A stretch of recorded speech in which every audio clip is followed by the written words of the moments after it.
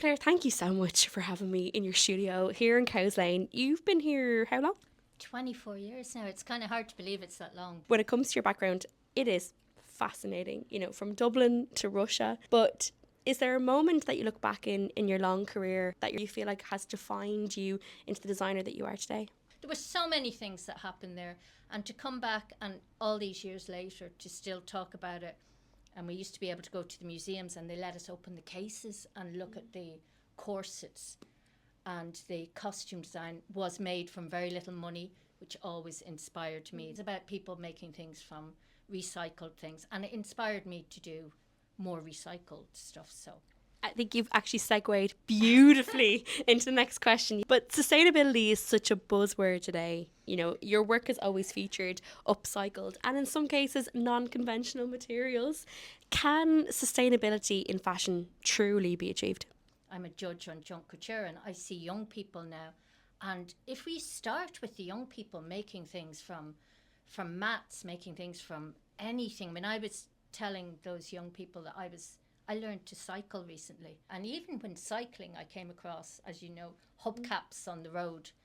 And I thought they'd make an amazing bodice. And I keep finding them. I found a truck light as well, which I think Bambi Thug wore as a belt piece. There is nothing that can't be made into something else. Is there one piece that you're particularly proud of? It has to be the very first time I did a piece for Nile Rogers. And it was the very first time, apart from McGee's menswear in college, that I did menswear.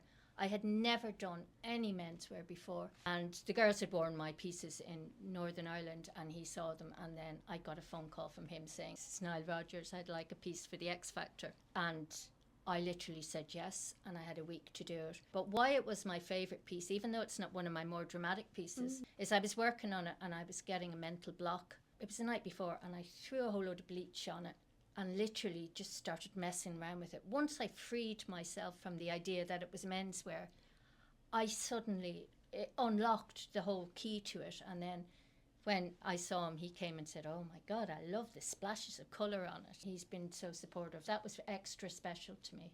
And I think that's kind of what part of your work actually is, that there's a fluidity from the freedom that your creativity creates.